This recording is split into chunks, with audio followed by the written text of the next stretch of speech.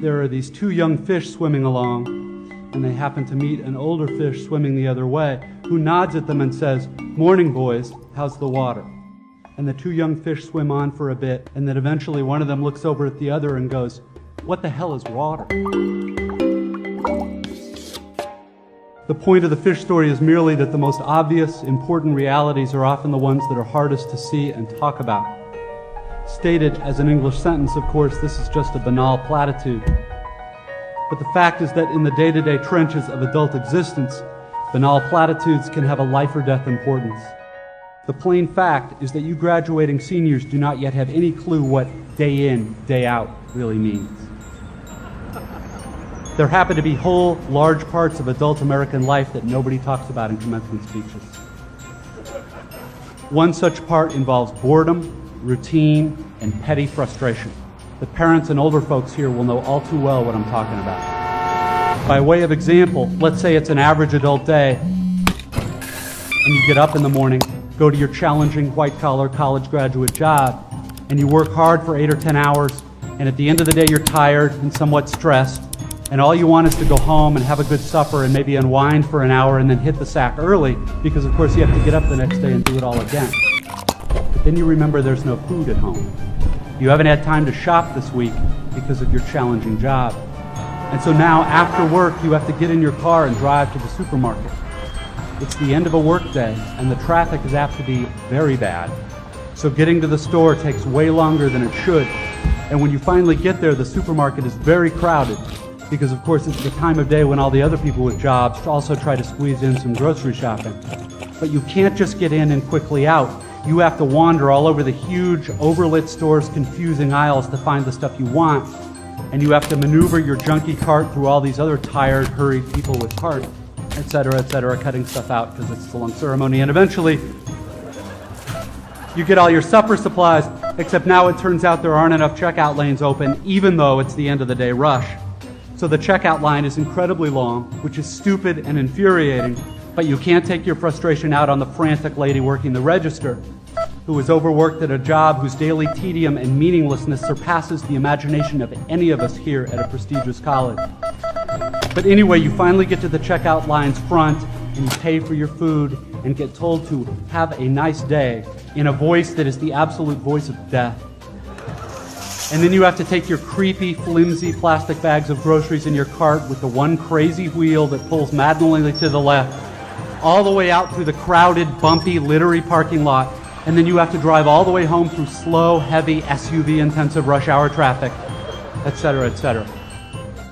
Everyone here has done this, of course, but it hasn't yet been part of you graduates' actual life routine, day after week, after month, after year. But it will be.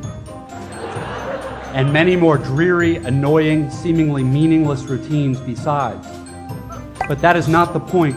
The point is that petty, frustrating crap like this is exactly where the work of choosing is going to come in. Because the traffic jams and crowded aisles and long checkout lines give me time to think. And if I don't make a conscious decision about how to think and what to pay attention to, I'm going to be pissed and miserable every time I have to shop. Because my natural default setting is the certainty that situations like this are really all about me. About my hungriness and my fatigue and my desire to just get home. And it's going to seem for all the world like everybody else is just in my way. And who are all these people in my way? And look at how repulsive most of them are, and how stupid and cow-like and dead-eyed and non-human they seem in the checkout line. Or at how annoying and rude it is that people are talking loudly on cell phones in the middle of the line. And look at how deeply, personally unfair this is. If I choose to think this way in the store and on the freeway, fine. Lots of us do.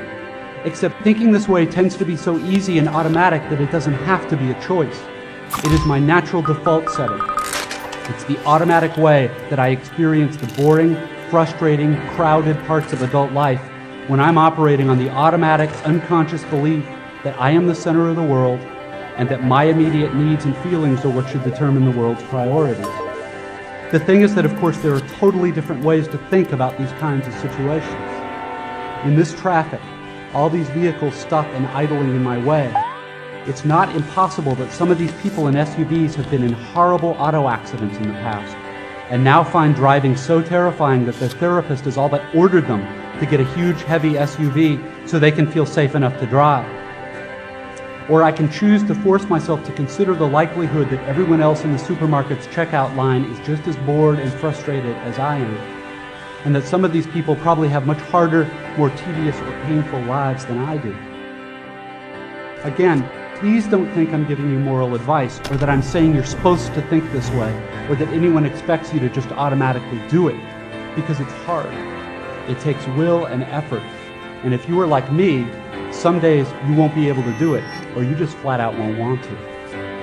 But most days, if you're aware enough to give yourself a choice, you can choose to look differently at this fat, dead-eyed, over-made-up lady who just screamed at her kid in the checkout line. Maybe she's not usually like this. Maybe she's been up 3 straight nights holding the hand of her husband who's dying of bone cancer. Or maybe this very lady is the low-wage clerk at the motor vehicles department who just yesterday helped your spouse resolve a horrific, infuriating red tape problem through some small act of bureaucratic kindness. Of course, none of this is likely, but it's also not impossible. It just depends what you want to consider. If you're automatically sure that you know what reality is and who and what is really important, if you want to operate on your default setting, then you, like me, probably won't consider possibilities that aren't annoying and miserable. But if you've really learned how to think, how to pay attention, then you will know you have other options. It will actually be within your power to experience a crowded, hot, slow, consumer hell-type situation as not only meaningful, but sacred, on fire with the same force that lit the stars. Love, fellowship, the mystical oneness of all things deep down. Not that that mystical stuff's necessarily true. The only thing that's capital T true is that you get to decide how you're going to try to see it. This, I submit, is the freedom of real education, of learning how to be well-adjusted. You get to consciously decide what has meaning and what doesn't. That is real freedom. That is being educated and understanding how to think. The alternative is unconsciousness, the default setting, the rat race, the constant gnawing sense of having had and lost some infinite thing.